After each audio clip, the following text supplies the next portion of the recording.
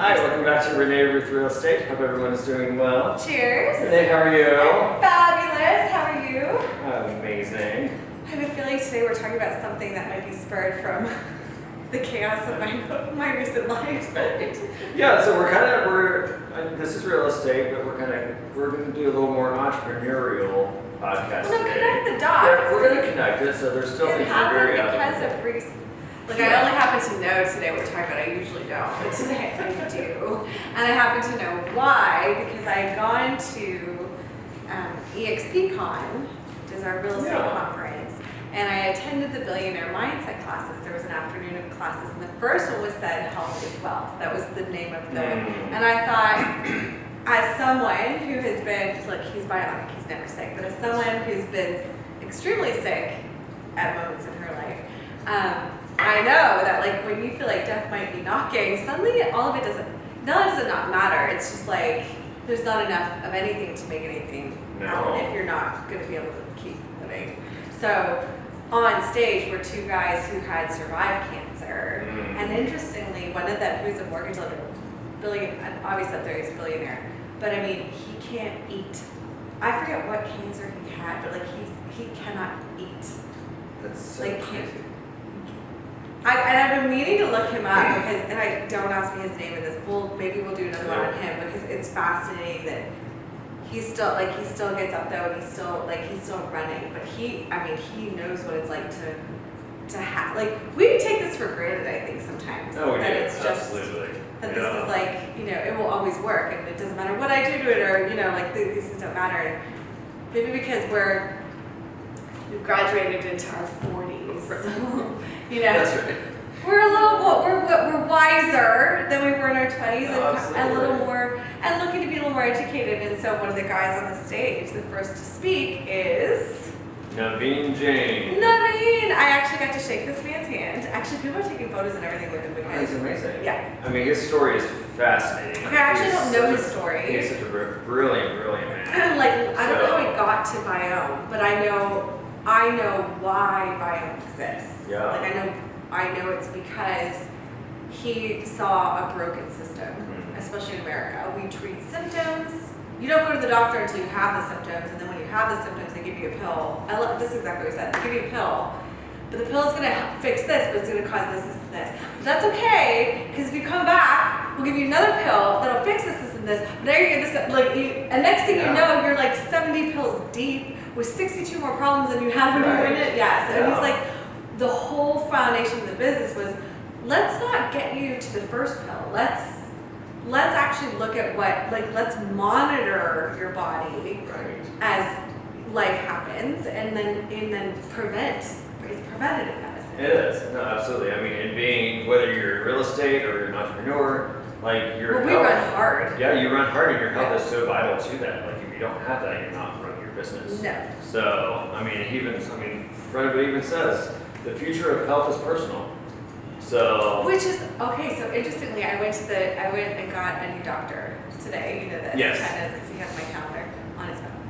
And so I got frustrated because I had gotten COVID, and then they wouldn't give me that antibiotics. So I'm like, I'm getting a doctor who's going to listen to me. Da da da. So anyway, I did the Biome thing like 6 weeks ago, right after I got COVID. So I don't know that my results weren't. It's not that they're skewed, but they definitely represented a post-COVID system. right. Which was hurting. And anyway, I went in and I told her about that, and we were discussing how, in the past, like if you, different things would be like, well, you need all these supplements, and then you would go out and buy a bottle of supplements and hope you're taking, like, we really in the past have just been like, she said it best, it's like going, like she said, we know now, so from her very CDC perspective, because she's medical CDC, she said from her perspective, she goes, we now know in the medical field that probiotics are critical to a sustaining healthy life. She said, but we don't yet know, or at least she did not yet know, how to prescribe probiotics correctly. She said, basically, I could tell you should go get a probiotic. She said, but it's basically like telling you to walk in the pharmacy and ask for a prescription.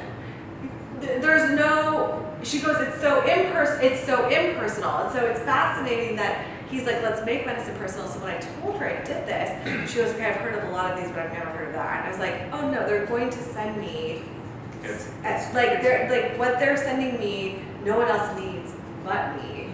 And this is the beauty of AI, right? Like that's, I'm sure what he was saying. Yeah, no, so I mean, he started that company in 2016. Oh, recently? Yeah, to explore the space inside us all, testing and analyzing gut flora and providing nutritional dietary advice. So he said, imagine living in a world where people have sensors inside and outside their bodies, each one measuring and analyzing what's happening internally. So I just had this like vision of like these robots. You wake up and you like hook up to them. They scan you and they tell you, like we're laughing and we're gonna watch this podcast later and be like, you called it. Right. You know it. It's not that. So I did tell her today when I met with this doctor. I said I do recognize that the snapshot. So it's still a snapshot because I collected the samples they needed, and so that snapshot, the data I got weeks later was from that moment in time because our bodies are in constant flux. So you would need to imagine a time where it's a consistent motion of monitoring, and then what does that look like? Right. Well, it was funny because he had mentioned just in where it could go, which again seems very Black Mirror to me whenever I was starting to read it, which was just funny. But you know, saying like even having it set up so strongly that in terms of AI, is like whenever you go to the bathroom, literally the toilet would analyze what's coming out of you, like looking in a mirror and. So these are smart toilets. Right, exactly. It's smart toilet, looking in a mirror and it being able to analyze like how your body looks, weight, anything like that. Like literally, like everything around you would be analyzing your body. Tim Goitek, excuse my pronunciation, but I've told you about who you need to send your Right. But see, the mirror thing, this is fascinating. I don't think I told you this. So there's a guy that, this is probably more like a health podcast. It really is. Related to It's okay. real estate success. But the guy that I found in Canada, he does, it's called facial analysis. And so he basically will look at your face and the lines on you. So his whole thing is aging, the way that we understand aging and the way that we see wrinkles, and we're like, oh, that just happens because you're aging. He disagrees.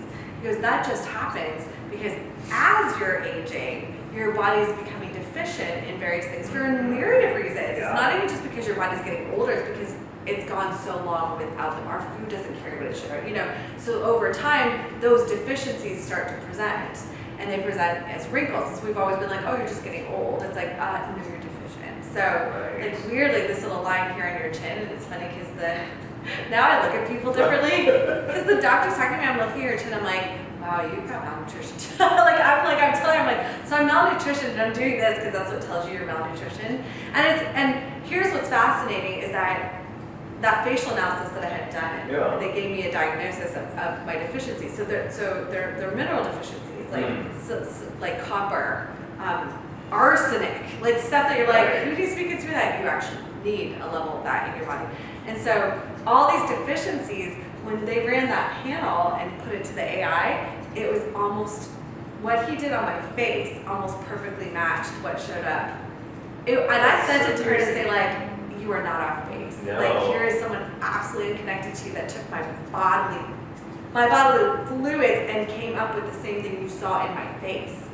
The only thing is that his answer is still that dart in the dark, only in the sense that like they don't have an AI system. Right. Where he so here he's like, hey Renee, I'm deficient in like 48 things.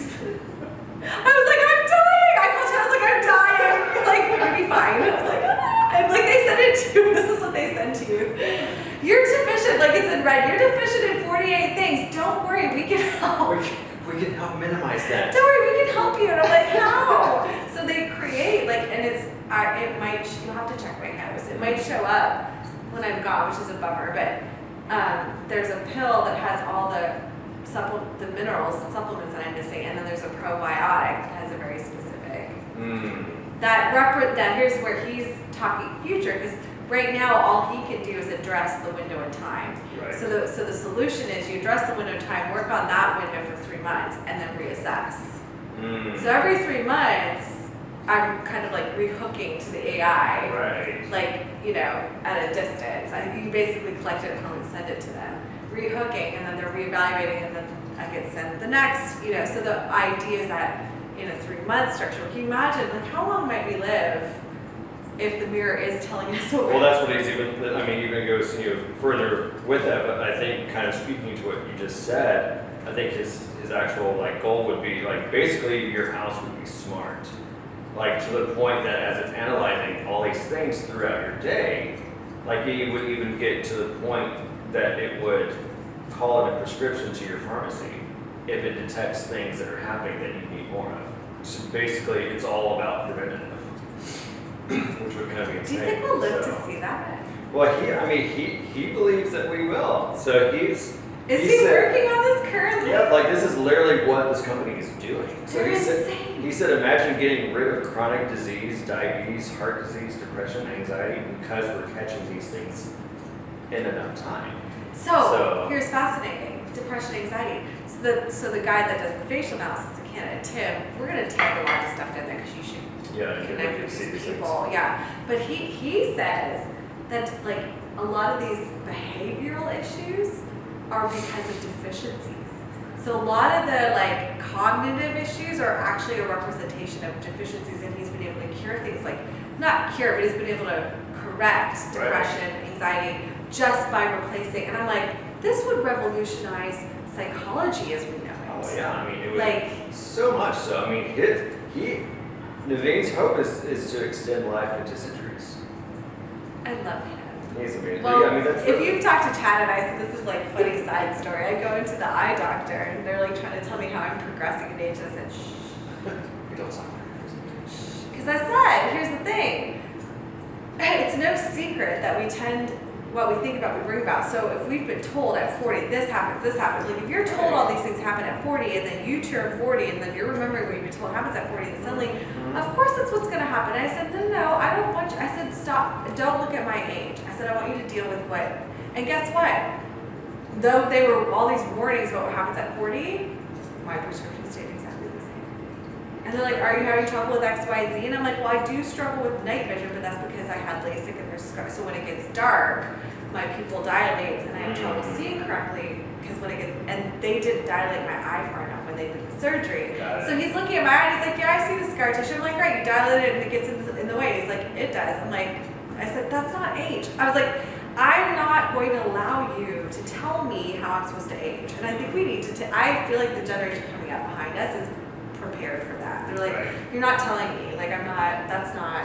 No, I mean, that makes me also wonder if we have if we've subconsciously programmed our minds to believe that we're going to die early, to not even assume that we could possibly live beyond 100. There are literally people, there's authors and psychologists and physicists and people that have written like from the 1800s and the 1900s, and interestingly all died like in their 60s, 70s, and 80s, but still they all said, they're like, we need to get to a generation who doesn't believe that we have to age this way. Right. And here's the thing, it's so funny you're talking about this, because I was thinking about this morning, like, with all the advances that we have in medicine, we're still dying in our 60s, 70s, and 80s. Like, there's, so then what's the disconnect? Like, how, and then it's that whole subconscious highway, like, your parents, oh, well, you're 40. Right. At 40, this is what happens. Yeah. And that's why I was like, when I turned 40, I'm like, no, this is not what happens. No. And also why partnering with people like him is very interesting to me, because I'm not ignorant to think that we've done things to our food, we've done things to our water, we've done things to make these advances that we've had be harder to be helpful, because they're working against these new hurdles that didn't exist, 10, 20 years ago. Well, exactly. I mean, and getting back to business, imagine growing your business and your wealth, knowing that life is going to last that long. Oh, you'd be like, why? Well, that's why change? people are like, why would I start at 40 chasing my dream? Yeah. I'm going to die in 10 years. If you know you're going to live for another 200 years, how's that going to change your relationships? How's that going to change your business? How's it going to change It changes, right? If you stop thinking, like, some of you are like, oh, I'm halfway through my life. Like, how do you know that? Like, there are people who thought they had 100 years left and they were 10. Like, I don't know. I feel like I was so impressed at our conference listening to these guys talk. Like the owner of our company, Glenn Sanford, because he's partnered with Biome, and another one we should do, which is Whoop, WHOOP. Oh, yeah. Because you want to talk about real time, like this actually lets me know. So interestingly, it monitors my recovery when I sleep, which you're like, what? But like, it's monitoring heart rate, breath, like all these things, because I wear it at night, to tell you, like, so you've exerted, it actually tells me how much strain I've exerted in a day, how much I exerted, and then it assesses my body's ability to recover.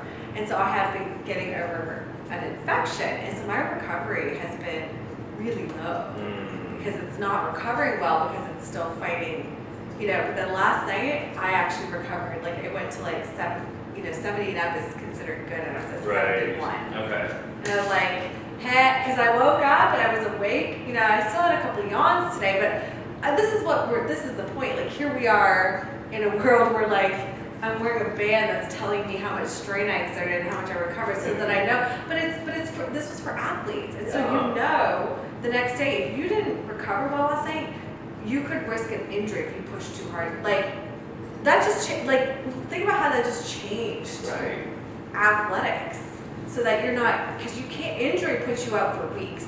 You slow down on one training because you didn't recover well, and you never lose you don't lose time. Right.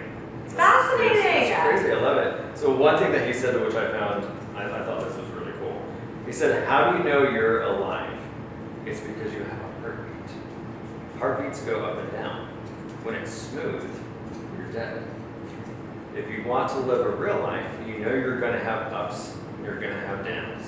When you're down, all you have to do is hunker down and know that the next beat is going to be up." It's so true. I was like, that's kind of cool. So, like, it doesn't have to be smooth. If you have ups and downs, that's not a bad thing. It's just going through life. Flat line means you're done. Right. So just keep going. Well, that's what I was going to say. So, about Whoop, the owner of my company, Glenn Sanford, got up and said his goal, thanks to Biome, thanks to Whoop, his goal is to run a marathon in 90. That's amazing. He said, I might get hit by a bus. And then he said this.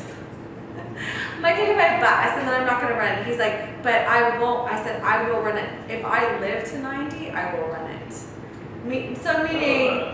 Meaning their goal is for your last breath on earth not to be as a result of disease. Right. That you are doing everything you want to do every year of your life on earth. That that age and disease do not slow you down. And the only thing that's going to stop you is if you're taken by external forces, but not internal forces. No, That's awesome. I love that. So he said instead of financial success or failure, he prefers to measure life in lessons learned in cumulative curiosity. Oh, what's your word? That's my word. I'm I so love that. curious. Thomas Jefferson says curiosity. Yeah. So he said the day you stop learning is the day you start dying. And isn't that That's not the truth. like the vegetable, like that whole idea of retiring, like, and that was the other thing. If you listen to any of these billionaires talk, nobody spoke of retirement. No offense to anyone listening who's retired, good for you. But like, retiring, I think if you retire into nothing, it's when you retire into death. There's actually studies that show, like, people who retired, they didn't live that much longer. Like, No. that's what you're living for. No, but I mean, in the case of my mom, she's like, I don't know how I had time for a job. That's the thing, So, retire now into something. Yeah. Like you can retire in, and that's the thing, you retire, look, we've said it, I retired out of teaching, right? Like, so then I retired into something else, but when you retire into nothing, that'll never be a future for me. No. So I just wanted to say too, just about this amazing man, I didn't mention this, he grew up in poverty in India. In poverty. Came to the U.S. with nothing and has since started 7 companies, and he has an estimated net worth of $8 billion. You know what's so amazing? He's 63 years old. How old? 63. Oh, you would not think that of him. But he said because of this program that he has started, that he is now biologically 50. So that's the thing. That's the thing. So they also look. That's what they talked about, aging in reverse. Yeah. So he said age to them is no longer a calendar year. Age, he said you could be 20 and actually be in a 50-year-old's body. Right. Or you could be 60 in a 20-year-old's body. It just like all these factors. So they were on stage talking about like how is he says he's in what? He said he's chronologically 63, but he's biologically 50. This is my thing. But if you met him, that you would say that. Yeah. I would never have thought 63. So he's got children, and this is again like he raised his children because he was raised in poverty. I didn't know that, but he talked about his daughter, and he's like, you need to create something that's going to better the world. Yeah. And his daughter started businesses like so he built an entrepreneurial spirited family. Yeah. Like he's so fascinating. Like his company is fascinating, and he's equally as fascinating. Yep. He said every single day you need to ask yourself, am I better off today than I was yesterday? Intellectually, emotionally, spiritually. And ask, how am I better today? He's such a fascinating man. So great. So he said you get to create the future is what you want it to be. Yes! I mean, I was seriously sitting in that conference listening to them like, you are my people. I'm like, yes, I think everything you think. Yeah. I was like, I love this. No, it's true. So, Yeah. I mean, he said if you want to create $1 billion company, all you have to do is somehow improve the lives of 1 billion people. And that was the other thing. So they all stood up there, and I've said this 1,000 times, and it's the reason, you may hear this podcast and know people in EXP who are not great people. I actually was on the phone with a guy from Portugal, and he was telling me that all the people that came into this company in Portugal are bottom feeders, basically, he said. And I was like, but the root system of this company is strong, and this man speaks to the root system. So it's like anything. A tree will grow, and branches will die off. Like, there's, no tree's perfect. Some of the leaves it doesn't produce fruit, it produces bad fruit. And then but the tree as a whole is still producing fruit, but the root system is strong. The root system in this company, like to flip back to real estate for just a second, but the root system in this company is built on that very thing, which is why he and Glenn Sanford are very good friends. But they said, they're like, Glenn's like, if you set out to improve the lives of other people, like you're spending every day improving the lives of other people, stop worrying about yourself. Stop. And worry about improving the lives of other people. He said the money just follows. It just does. There's but if you are worried about yourself and what you need to do, like if it's this, that root system will crumble, the tree will die. We have a strong root system in our company. It's really true. And to go back to his point, imagine if you were a real estate agent for 200 years. How would you be running your business differently than you would when you think you're only going to run it for maybe 20, 30 years? I've only got a good 15 years. That's like, people say that. I've only got a good 15 years left. And we're like, why? Why? Yeah, Why did you just why did you cap yourself? Right. Why? Yeah. Yeah, So we're on the cusp of so much. It's true. And I love very so check out, we're going to drop links in here. Yeah, for all sorts of bio. good stuff in here for you guys. So many things, yeah. So, are you ready? Of course, this is about real estate since it's real. Well, it's good, we just Real went on estate it. podcast. But it was, It was very good, very helpful. So, and actually, this might actually be a good episode. We might have to actually This might be a do something spin-off. on this. We've done Yeah, that we might have to before, do a though. spin-off. Yeah. So, because all these home improvement shows, will come in, they'll like renovate things HGTV. and like all these things. So they have Unrealistic. so they've got the other one where it was extreme makeover home edition, where they would actually build a house for a family in need. Oh. So I don't know if you were familiar with that one or not, but it was on for a while. But they would they would find like a family that was down on their luck, or someone got sick and they weren't able to work and they lost all their things, whatever it was. So they would find a family and they would build this home for them. And it was always this beautiful home, like everything they wanted. They would talk to if they had kids, husband and wife, they wanted to give them their dream home. Oh, Which is a great concept. I love that. Yes. But unfortunately, Except. it had problems. So the fun fact, which is kind of a sad fact, is that they had to start downsizing their homes because some of the families couldn't afford the utility bills and associated costs associated with homeownership. So Taxes. yeah, so No. these families started their homes started being foreclosed on No. because they couldn't keep the home. So they're building all these fabulous homes for all these families in need, and they're all losing them because they can't How keep did the no home. one think through I that? have no idea. Like, So what? Like, build a home in an area that they can sustain. don't build a $400,000 home for someone that really could only afford one that was $150,000. Also, on the flip side, they could have sold that $400,000 home if they couldn't afford it, rather than let it go to foreclosure. Right. So that speaks a Yeah. little. That doesn't necessarily speak as much to the show as it does to the ownership. Like, and again, lack of education. Right. So Yeah. hey guys, here's what this, like, maybe that was like a meeting of the minds before they built it. Like, hey, we want to help you. Right. Like approach it from a lender perspective. How much do you make? Well, exactly. So it's like I feel like there could have been other components involved. There's you know. conversations that did not happen that should have happened Yeah. to prevent. That's wild though, because it's like who talks to the people for the middle story, right? Like you see this great. It's like, well, what happens? Yeah. So, but yeah, so now their downside thing. So maybe they're realizing that they need to be a little bit more affordable. So. The downsizing probably has more to do with the fact that they don't want to put people in straits. Right. Exactly. Because how hard is it to foreclose and lose a home? Right. If you don't realize that you just need to get out of it. Foreclosure should never happen, Should though. never happen. I know. Because if that was free to them, can you imagine what they could have sold it for? I know. So it's just lack of education. So. And that's what we're here to do. That's right. That's right. So, all right. Thank Well, you for that. Yeah. Cheers, absolutely. guys. See you next Take time. care of yourselves.